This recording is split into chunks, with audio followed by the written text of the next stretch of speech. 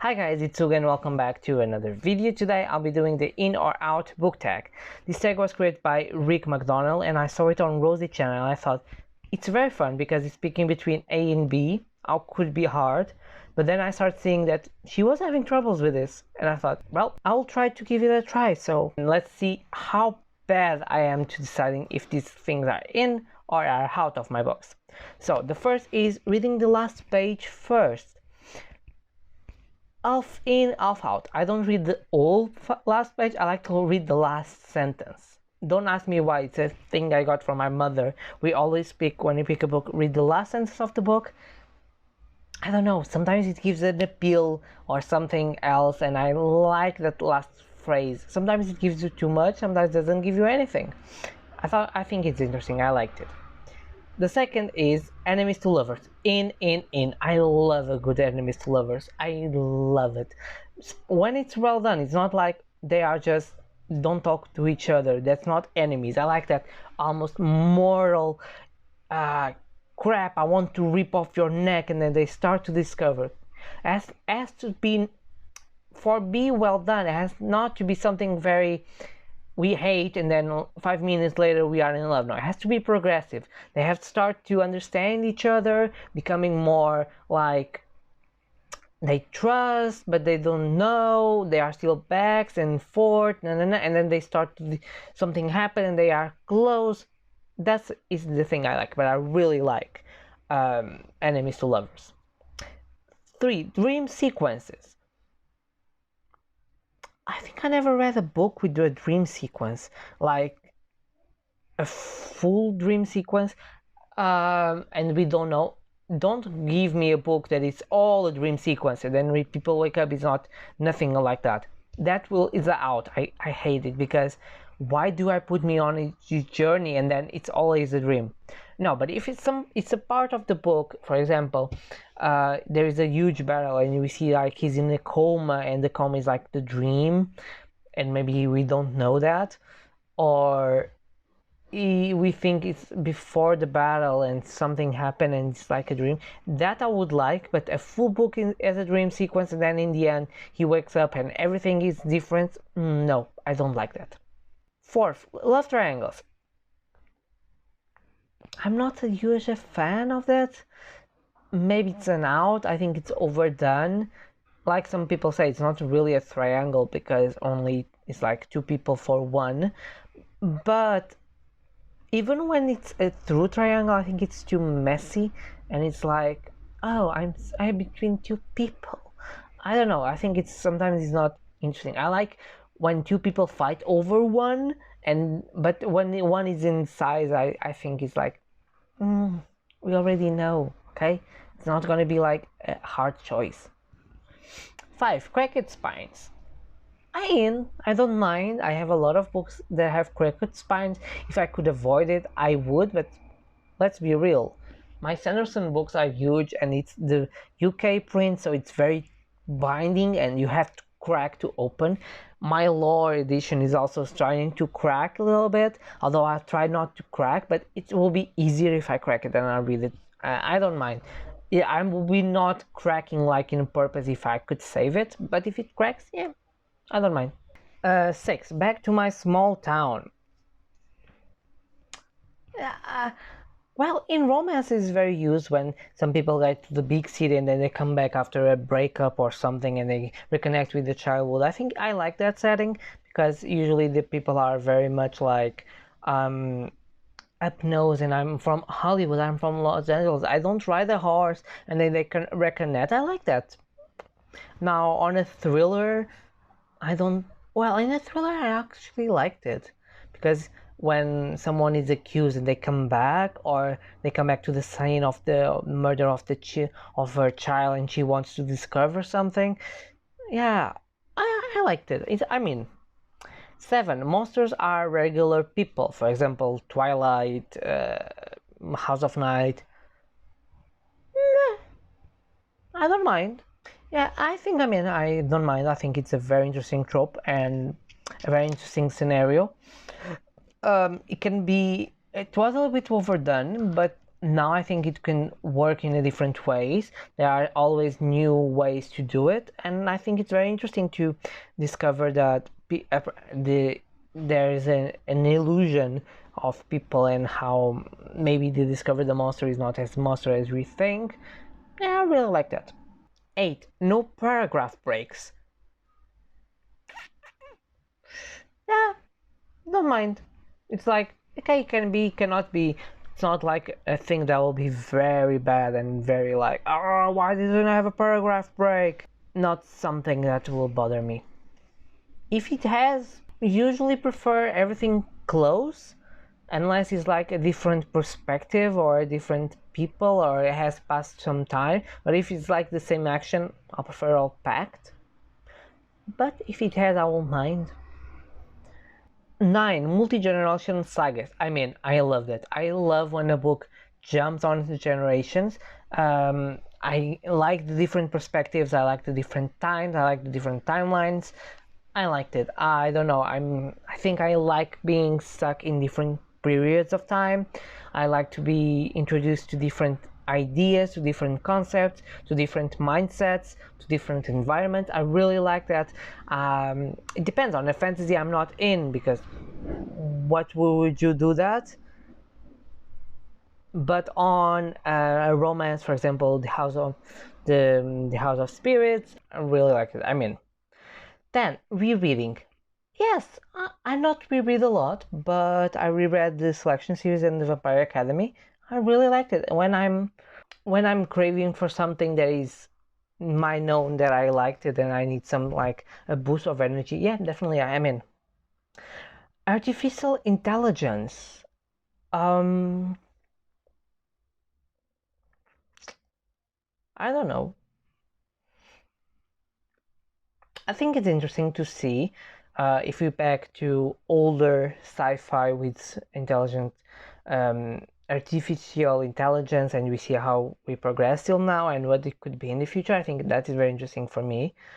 But I don't think it's a trope that I will definitely search active. So in out. Only event in or out or in out, which is can be or not. 12. Drop caps. I love a drop cap. It's a in. I think it gives a new aesthetic to the book. I love a good drop cap. It's like I don't know. It's magic. The book is already increased the value for me. It's beautiful. 13. Happy endings. Yeah, I like a good happy ending. I like to end the book with a positive note. I like to have a happy story and to everything comes up good. I don't think I'm very person who everyone has to die. So yeah, I mean, 14. Plot points that only converge at the end. Yes, give me that. I don't mind.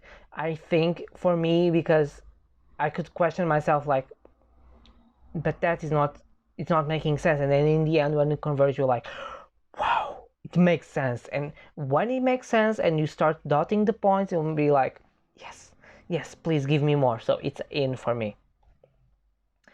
15. Detail magic systems. Yes, in a lot. I love a good detailed magic system. I'm loving it more. I think one of the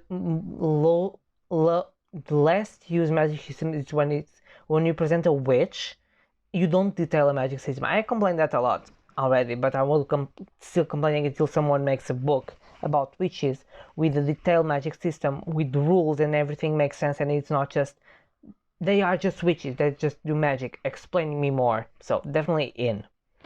16. Classic fantasy races.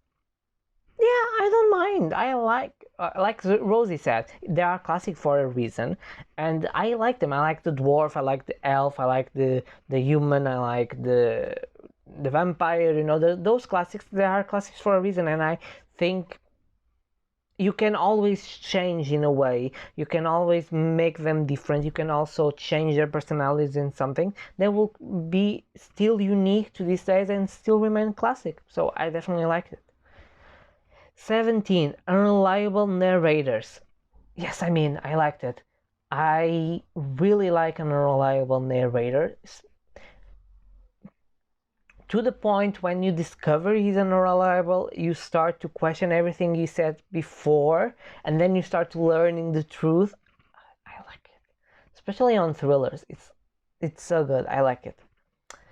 18. Evil Protagonist. Yes, I love to read more books where we follow the villain or the good guy turns bad, but it turns bad for good. It's not just turns bad for a book and then he's go back to good. No, I wanted a good to back. I would love a good to bad story, not that we already have like the bad to good, but I really want a good to bad story. It will be amazing. 19. The Chosen One. Yeah, I don't mind. I'm not a very picky person. I really like the general tropes of fantasy, like you follow the chosen one.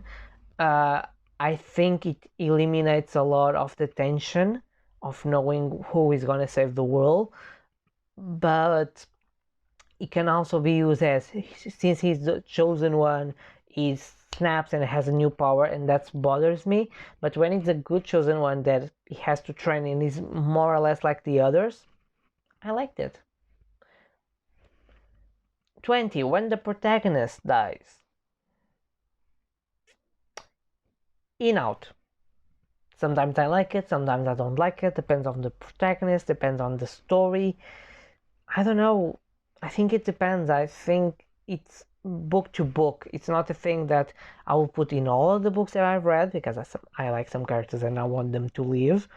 But definitely if it happens once, twice, or 3 times and it makes sense for him to die, him or her, definitely, why not? Kill him. Go R.R. Martin over the book and kill everyone. If it makes sense. 21. Really long chapters. Out. I don't like a really long chapter. I don't like when it's like 2 pages, but I don't like when it's like 40 pages. It's like I would like to end the chapter if I can, and sometimes I move chapter to chapter when I'm tired. I was like, just one more chapter. And if it's small, I can read one. But if it's too long, I'll be like, no, I give up. So I miss some pages. And it doesn't give you progression. It doesn't give you movement. You feel like you finish chapter 2. Yay! I finished 5 chapters. Good! It gives you motivations. When there are really long chapters, you're like, oh, come on, when this chapter is gonna end? And then when it ends, you're like, okay, I still have 20 to go of this size. And you start demotivating. So I'm definitely out. I really like a small chapter. French flaps. I didn't know how this is called because in Portugal it's called badana. But let me find. Oh, I have you. Please don't fall over me. But every paperback in Portuguese edition. Oh, this one doesn't have. So not a good example. Let me see a Portuguese edition. No, this one doesn't have. Yeah, for example, this is Practical Magic by Alice Hoffman. Has one French flaps. The Broken Wheels Readers Recommend. It also has French flaps. So almost, I'll say every book in Portugal now it become a trend to have. That one that I found didn't have the Cleopatra one, but it's kind of old. But now almost every book in Portugal has French flaps. I don't mind them. Sometimes they bring markers with like that ticking you can strip, so you get a free book mark. Cool. Some people use it to mark the beginning of the book. If the book is too big, you cannot use in the middle, but if it's small enough, you can use to mark. So I don't mind. I think it's because I'm used to find on non-Portuguese editions to have French flaps, so I don't mind it. 23. Deckled Edges. Yeah, I don't know. I just have one that is the School of Good and Evil, and I thought that it was weird to have Deckled Edges, but I don't mind. But if I prefer the smooth one with no deckled edges because it's like smooth touch. I like that. 24. Signed copies by the author. Yeah, why not? I like to have a signed copy. I will not go like travel 20 hours on an airplane just to go to a signing. I must not say that, because if Brittany does a signing of her book or after she's free, I will go to get signed, but that's a special case, but usually no.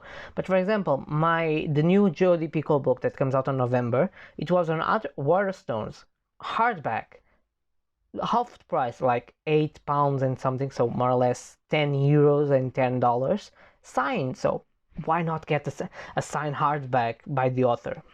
It's, if you can, I'll get it. If I get it, if it's too much expensive, I don't. Depends. Some authors I would like to have some signed books. Some others it's just But if it comes, I will say good. If it doesn't, it's like okay. 25 dark hearing pages. No. You don't do that in front of me. No. You use a bookmark, you use a receipt, you use the French flaps, you use everything that you want, but you don't the dog hear pages. Never. And the last one is chapter titles instead of numbers. I wouldn't say instead, because I like to know the numbers, although I can present that, but I really like a good chapter title. It gives you the overview of what the chapter is going to be, and you start plotting in your mind. I really like what Cornelia Funk did. I was trying to see if it was here, but it's not. What Cornelia Funk did on the Inkheart series, which was, it has a chapter title and it has a quote from a famous book. I really like when it has like famous quotes from people from books. That brings another thing to the book. I really like it. But titles instead of numbers, maybe no. Both together, yes, definitely. And here he is, guys. This is the inner out text. Sorry for some technical issues I had here. It's very hot, so I had to close a window, and then the lighting. It sucks, but yeah. Tell me in the comments how do you respond to these comments, if you're gonna do this. I hope it's a very fun tag. I hope it's just choosing between 1 and 2 words could be hard, right? Yeah, don't forget to leave a comment, like, and subscribe. And I post videos every Tuesday, Thursdays, and Saturdays. And I see you guys on my next video. Bye.